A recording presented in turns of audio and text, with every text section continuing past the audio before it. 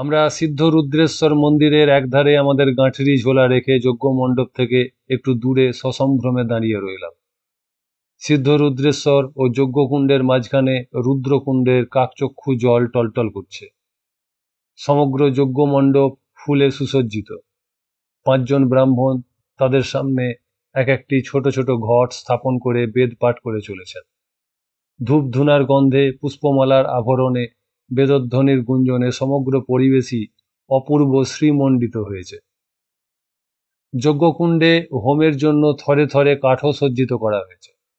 7টি ঘৃত প্রদীপও জ্বালা হয়েছে। যজ্ঞকুণ্ডটিকে ঘিরে একটি সুন্দর ও সুচিত্রিত সর্বতোভদ্রমণ্ডল ও কাশ্মীরি শৈবাগমের অন্তর্গত সারদাতন্ত্রের নিয়মানুসারে অঙ্কিত করা হয়েছে। পূর্ব পশ্চিমে ও উত্তর দক্ষিণে দুটি দুটি রেখা দ্বারা একটি বড় চতুরস্র বা চতুষ্কোণ এঁকে তার মধ্যে কতগুলি পদ্ম এবং মৎস্য পুচ্ছাকৃতি রেখা, প্রতিটি পদ্মের কর্ণিকা ও কেশর পঞ্চবর্ণের গুঁড়ি দিয়ে রঞ্জিত করা হয়েছে। পঞ্চবর্ণের গুঁড়ি অর্থাৎ হরিদ্রা চূর্ণ, পীতবর্ণ, তণ্ডুল চূর্ণ শুক্লবর্ণ, কুসুম্ভ চূর্ণ রক্তবর্ণ, শস্যহীন ধান পুড়িয়ে সেই কৃষ্ণবর্ণ গুঁড়ি এবং শ্যামবর্ণের বিল্লপত্র চূর্ণ দিয়ে মণ্ডিত রেখাচিত্রটির কি অপূর্ব শোভা! যুক্তেশ্বরী মা যজ্ঞমণ্ডপের সন্নিহিত হতেই তাড়াতাড়ি একটি চৌকি পেতে তার উপর একখণ্ড কৃষ্ণসার মৃগচর্ম বিছিয়ে একজন বৃদ্ধ ব্রাহ্মণ তাঁর হাত ধরে বসালেন এবং তাঁকে জানালেন যে वाचस्पति जी खुद गया अग्न्याध्यान से अग्नि चयन को लिए, अभी यज्ञाग्नि प्रज्वलित किया जाएगा।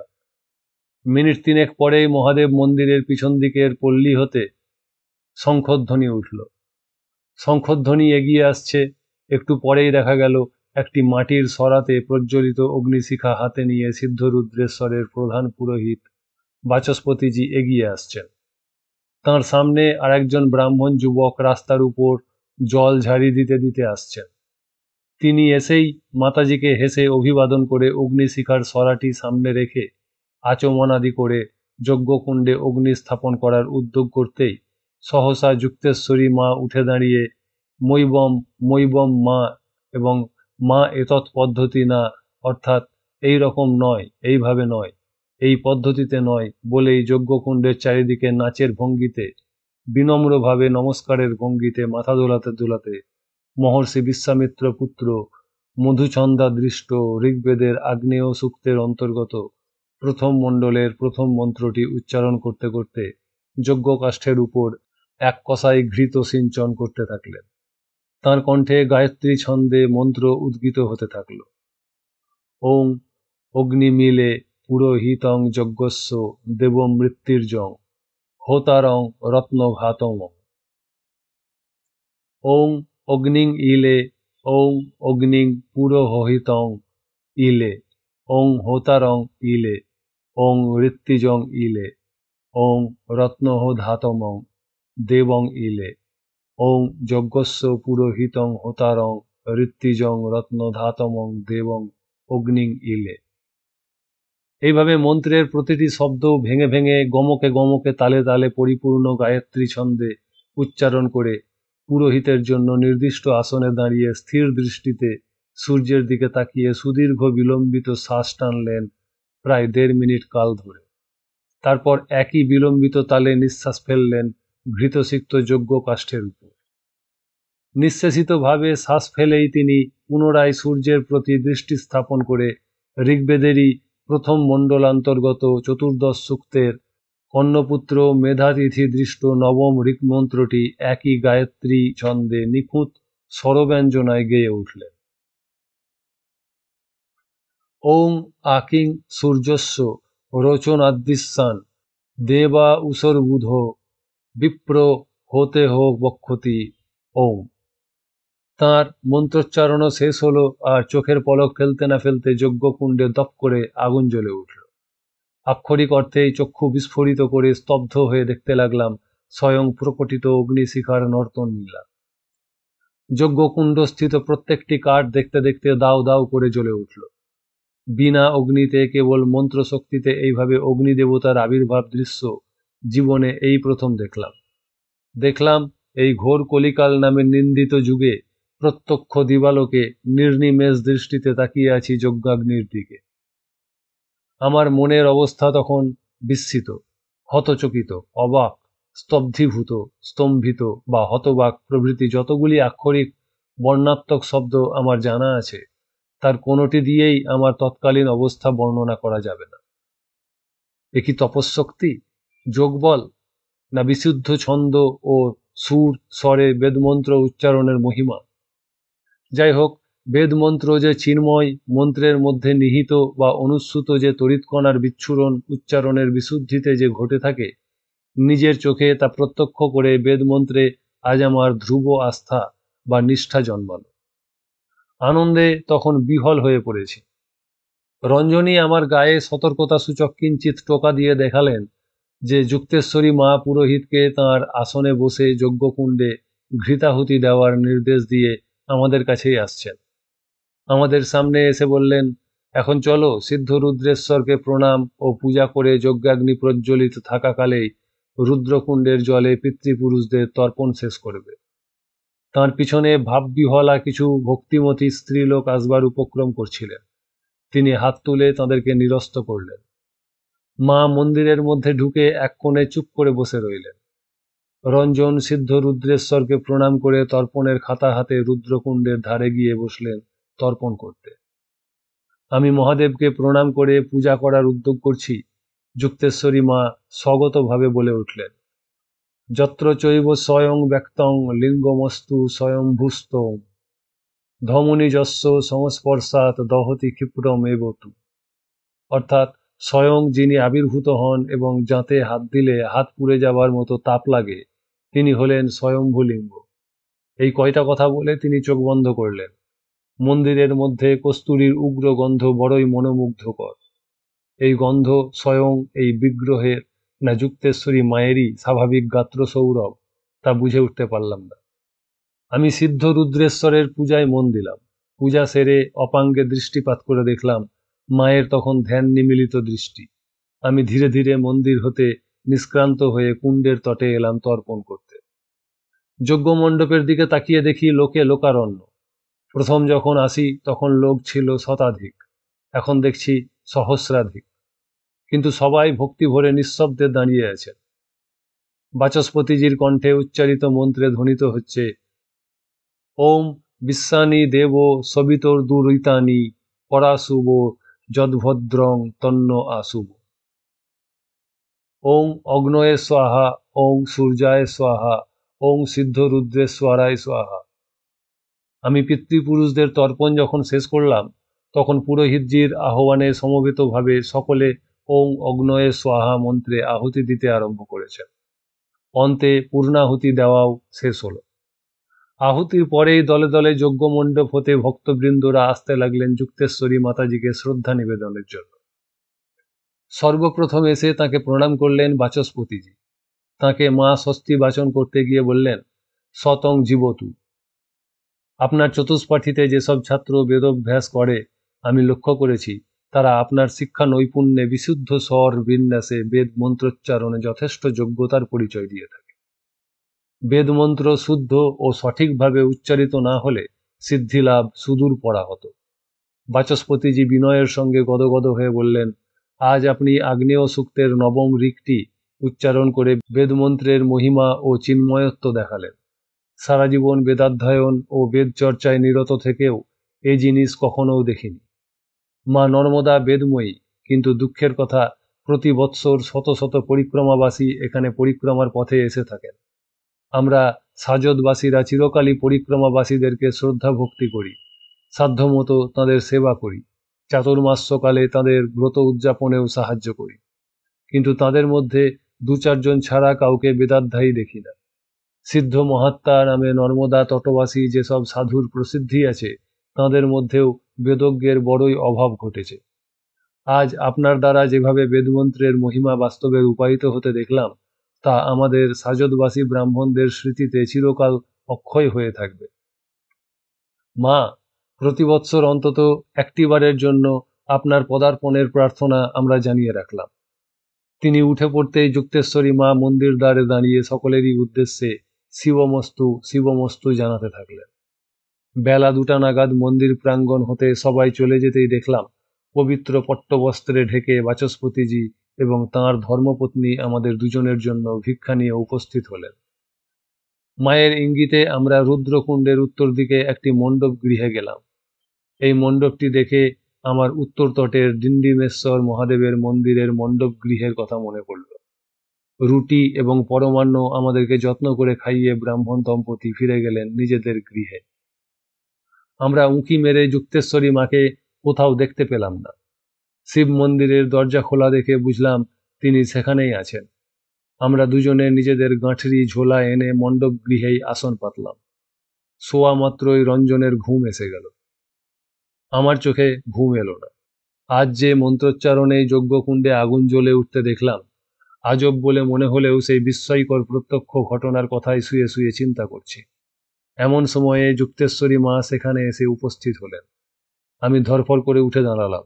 তিনি সেই মণ্ডপ গৃহের পাথরের ঠান্ডা মেঝেতে বসবার উপক্রম করতেই আমি তাড়াতাড়ি আমার জপের আসনটি পেতে দিলাম। তিনি বললেন, নিজের জপের আসন কাউকে স্পর্শ করতে দিতে নাই। আমি বললাম, তা হোক, আপনি এতেই বসুন। আপনার পাদস্পর্শে আমার জপের আসন শক্তিভূত হয়ে উঠবে। আমার কথা শুনে তিনি খিলখিল করে হেসে উঠলেন। তাঁর পবিত্র মুখমণ্ডলে শুভ্র দন্তপংক্তি মুক্তোর মতো ঝকঝক করে উঠল। এর কত বয়স অনুমান করতে পারছি না, এখনো তার দাঁত অক্ষত রয়েছে। একথা আমার মনে উদয় হওয়া মাত্রই তিনি হাসি মুখেই আমাদের প্রশ্ন করলেন, কায়াকল্পধারী কোনো মহাপুরুষকে জীবনে কখনো দেখেছ কি? কায়াকল্প সম্বন্ধে কিছু শুনেছ কি? আমি বললাম, পরিক্রমা করতে করতে আমি গত বৎসর ধাবরী কুণ্ডে চাতুর্মাস্য করেছিলাম। সেখানে মহাত্মা একলিঙ্গ স্বামীর আশ্রমেই ছিলাম। তার একাধিক শিষ্যের মুখে শুনেছিলাম যে তিনি কায়াকল্প করে 300-400 বৎসর ধরে নিজের শরীরকে যৌবনদীপ্ত রেখেছেন। কিভাবে যে কায়াকল্প করে দেহকে জরামুক্ত রাখা যায় সে সম্বন্ধে আমার জানা নাই। উনি বললেন, হ্যাঁ হ্যাঁ, একলিঙ্গ স্বামীকে আমি চিনি। যোগীরা নানা রকম জটিল ও রহস্যময় পদ্ধতিতে নানা কঠোর নিয়ম পালন করে যৌগিক পদ্ধতিতে কায়াকল্প করে থাকেন। তবে সেই সব যৌগিক পদ্ধতির সাহায্য ছাড়াও বৈদিক সুপ্রতস্থম নামক এক ক্রিয়া আছে। দীর্ঘকাল ধরে বিশেষ বিশেষ বৈদিক মন্ত্রের মনন এবং স্বাধ্যায়েও বৃক্ষ হতে প্রাচীন পত্র ঝরে যাওয়ার পর নবীন পত্রোদ্যামের মতো সহজ ও স্বাভাবিকভাবেই শরীর জরামুক্ত হয় এবং মৃত্যু সেই বেদবিদ যোগীর ইচ্ছাধীন হয়। এই বলেই তিনি ওই প্রসঙ্গ তাড়াতাড়ি চাপা দিবার জন্য বলে উঠলেন, তুমি পরিক্রমাবাসী, পরিক্রমাবাসীকে সব বিষয়ে মা নর্মদার উপর পরিপূর্ণভাবে নির্ভর করে চলতে হয়। তাঁর যখন যা ইচ্ছা হবে তিনি তাই করাবেন, তাই জানাবেন। তাঁর ইচ্ছাকেই জীবনে বরণ করে চলা এবং তাতেই সন্তুষ্ট থাকাই পরিক্রমাকারীর একমাত্র ধর্ম। কাজেই তুমি ওই বিষয়ে আমাকে কিছু জিজ্ঞাসা করো না। অন্য কোনো প্রশ্ন থাকলে স্বচ্ছন্দে তা জিজ্ঞাসা করতে পারো। তাঁর আশ্বাস পেয়ে তাঁকে প্রশ্ন করলাম, আজ এখানকার যজ্ঞস্থলিতে যে বেদমন্ত্রটি উচ্চারণ করতেই বিনা অগ্নি সংযোগেই সতই অগ্নিদেব প্রকটীভূত হলেন, সেই মন্ত্রটির মোটামুটি শব্দার্থ আমি জানি। আজ তোমার দ্বারা যে অবিস্মরণীয় ঘটনার বাস্তব রূপ প্রত্যক্ষ করলাম তা আমার স্মৃতিপটে অক্ষয় হয়ে থাকবে। মন্ত্রের স্থূল শব্দার্থ জানতে চাচ্ছি না, আমি জানতে চাচ্ছি ওই মন্ত্রের অন্তর্নিহিত ব্যঞ্জনাটি কি। তুমি দয়া করে আমাকে জানালে কৃতার্থ হব। 1 মিনিট চুপ করে থেকে যুক্তেশ্বরী মা বলতে লাগলেন, দেখো বাবা, বেদ এমনই এক অলৌকিক বস্তু যে যিনি যে দৃষ্টিতে দর্শন করবেন বেদমন্ত্র তাঁর কাছে সেইভাবেই প্রতিভাত হবে। বেদমন্ত্রের মধ্যে আস্তিক এক অর্থ খুঁজে পাবেন, নাস্তিক অন্য এক অর্থ পাবেন। বর্ণাশ্রম ধর্মাবলম্বী বেদমন্ত্রের মধ্যে যে সামগ্রী দেখবেন, তদিতর ধর্মাবলম্বী তার মধ্যে বিপরীত সামগ্রী দর্শন করবেন। বেদের এইটাই বিশেষত্ব। তাই বেদমন্ত্রের ব্যাখ্যা নিয়ে পণ্ডিতদের মধ্যে চিরকাল ধরে বিতণ্ডা চলে আসছে। তবে একটি বিষয়ে দৃঢ় লক্ষ্য রেখে বেদমার্গে অগ্রসর হতে পারলে মন্ত্রের সত্যার্থ ধরতে পারা যায়। সেই লক্ষ্যটি হল পূর্বাপর অর্থের সামঞ্জস্য বজায় রেখে অর্থ অনুধাবনের চেষ্টা। বেদমন্ত্র এমনই একটি সুরে গ্রথিত আছে যে বিশ্লেষণ করলে বোঝা যায় বেদের কোথাও সেই সুরের ব্যত্যয় ঘটেনি। পূর্বাপর সঙ্গতি রক্ষা করে অর্থানুধাবনের সাধনা করলেই মন্ত্রের সেই সুর এবং সেই তন্ত্রীটি স্বচ্ছভাবে প্রতিভাত হয়ে ওঠে। নচেত সায়নাচার্যের মতো একই শব্দের এই মন্ত্রে এক অর্থ, অন্য মন্ত্রে সেই একই শব্দের অন্য অর্থ ধরলে অর্থ বিপর্যয় ঘটতে বাধ্য। বেদ মন্ত্রোচ্চারণের সুর, ছন্দ, স্বর, ব্যঞ্জনার প্রকাশটি যেমন বিশুদ্ধ হওয়া চায়, তেমনি তার অর্থবোধটিও নিখুঁত হওয়া চায়। তাহলেই পরম পদার্থের সন্ধান পাওয়া যায় এবং মন্ত্রকে জীবন্ত করে তোলা সম্ভব হয়। এই জন্যই অধিকারী অনুসারে সাধনার তারতম্য ক্রমে বেদের অর্থও যেমন বিভিন্ন রূপ হয়, মন্ত্রকেও অনেক সময় নির্জীব, কেবল শব্দ সমষ্টি বলে মনে হয়। এই জন্যই অনধিকারীর পক্ষে বেদ আলোচনা নিষিদ্ধ আছে, পাছে ভ্রান্ত মতের অনুসরণে মানুষ বিপর্যস্ত হয়, তাই এই নিষেধ আদেশ। নচেত বেদ পরম সাম্যভাবে পরিপূর্ণ, বেদ সকলেরই অক্ষয় জ্ঞান ও মোক্ষলাভের ভাণ্ডার। সে যাই হোক, তুমি আজ যজ্ঞস্থলিতে উচ্চারিত মন্ত্রের অন্তর্নিহিত ব্যঞ্জনাটি জানতে চেয়েছ, এখন সেই প্রসঙ্গের আলোচনা করা যাক। মনে রাখবে, তুমি শব্দার্থ জানতে চাওনি, তুমি জানতে চেয়েছ ওই বিশেষ মন্ত্রটির অন্তর্নিহিত ব্যঞ্জনা। মন্ত্রটির অন্তর্নিহিত ব্যঞ্জনা রয়েছে আলোচ্য মন্ত্রের সূর্যস্য রচনাৎ শব্দটিতে। সূর্যস্য রচনাৎ অর্থাৎ সূর্যমণ্ডলাৎ, সূর্যমণ্ডলান্তর্গত রশ্মিবৎ সর্বব্যাপকত্বাৎ। অভীষ্ট দেবতাকে যে আবাহন করব, আগে তিনি কোথায় আছেন, কিভাবে আসবেন বা প্রকট হবেন, কতদূর হতে, কোন আসমান হতে আসবেন, আদৌ তিনি আসবেন কিনা তা তো আগে জানা চাই। বেদ মাতাই তার সংকেত দিয়েছেন তাঁর মন্ত্রের মধ্যেই সূর্যস্য রচনাৎ বাক্যে।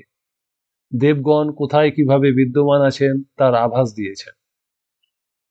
সূর্যরশ্মি যেমন পৃথিবীর সর্বত্র দৃশ্যাদৃশ্যভাবে ওতপ্রোত সঞ্চারিত রয়েছে, মন্ত্র এখানে স্পষ্টভাবে জানিয়ে দিচ্ছে যে শুদ্ধ সত্য স্বরূপ দেবগণও সেই রকম শুদ্ধ সত্য ভাবের মধ্যে অনুপরমাণুক্রমে প্রবিষ্ট হয়ে রয়েছেন। যেখানেই শুদ্ধ সত্য ভাবের সঞ্চার হবে, সেখানেই তাদের বিদ্যমানতা উপলব্ধি করতে পারা যাবে। কেমন জীবন্ত আশ্বাস আর জ্বলন্ত প্রত্যয়ের কথা দেখো। মন্ত্র বলে দিচ্ছে রশ্মির মধ্যেই দেবতারা আছেন, জ্যোতির মধ্যেই তাঁরা আছেন, জ্ঞানের মধ্যেই তাঁরা আছেন। ঋকে তাই অগ্নিদেবের নিকট প্রার্থনা করা হয়েছে, হে দেব, আপনি মেধাবী, আপনি প্রজ্ঞা সম্পন্ন, আমাদের অবস্থা ও যোগ্যতা তো আপনার অবিদিত নাই, আমাদের অন্তরের ভাবও আপনি সম্পূর্ণরূপে পরিজ্ঞাত আছেন। অতএব যেরকম ভাবে আমাদেরকে কর্মে প্রবৃত্ত করালে আমাদের অভীষ্ট সিদ্ধ হয়, আপনার আগমন সম্ভব হয়, আমাদের শ্রেয় সাধিত হয়, আপনি সেই মতোই ব্যবস্থা করুন। আপনি নিজেই যজ্ঞ সম্পাদক, আমাদের যজ্ঞ নিজেই সুসম্পন্ন করে দিন। আমাদের হৃদয় অজ্ঞান অন্ধকারে আচ্ছন্ন বটে, কিন্তু আপনি যে উষর বুধ, অর্থাৎ উষার উদয়ে যেমন অন্ধকার দূর হয়, তেমনি আপনিও তো আমাদের চিত্তপটে উষাবৎ উদিত হয়ে অজ্ঞান অন্ধকার দূর করে দিতে পারেন। তাই প্রার্থনা করি, যেরকম দেবভাবে আমাদের হৃদয় পূর্ণ হলে আপনার প্রকট হওয়া সম্ভব হয়, এই পবিত্র মন্ত্রোচ্চারণের সঙ্গে সঙ্গে আপনি আমাদের মধ্যে সেইভাবে দেবভাবের সঞ্চার করুন। আপনি এবং অন্যান্য সকল দেবতাই যখন সর্বব্যাপকত্বাৎ সর্বত্র পরিব্যাপ্ত সূর্যরশ্মির মতো সর্বত্র বিশ্বের অনুপরমাণুতে বিচরণ করছেন, তখন আমরা কেন আপনার সান্নিধ্য হতে বঞ্চিত থাকি? আপনি একটু কৃপা করলেই, একটু জ্ঞানের সঞ্চার করে দিলেই তো আপনাকে তথা সমস্ত দেবতাকেই তো প্রত্যক্ষ করতে পারি। যেহেতু উৎসবুধ, উষার মতো উদ্বোধক এবং প্রবুদ্ধকারী আপনি দয়া করে জ্ঞান দৃষ্টি দান করুন, আমাদের নিকট প্রত্যক্ষীভূত হন। প্রভু ওঙ্কলেশ্বরের দয়ায় বেদমন্ত্রের চিন্ময়ত্বে এবং সূর্যরশ্মিবৎ সর্বত্র দেবতাদের বিদ্যমানতায় আমার জ্বলন্ত ধ্রুব নিষ্ঠা গড়ে উঠেছে বলে আমি নিজের প্রাণরশ্মির সাহায্যে সবিত্রীমণ্ডল মধ্যবর্তী মূল রশ্মিকে আকর্ষণ করতেই মূলত এই বেদমন্ত্রের প্রভাবেই অগ্নিদেব প্রকট হয়ে গেলেন। যজ্ঞকুণ্ডে তাঁর আবির্ভাব ঘটে গেল। এতে আমার কোনো বাহাদুরি নয়, এর মূলে রয়েছে বেদমন্ত্রের চিন্ময়ত্ব।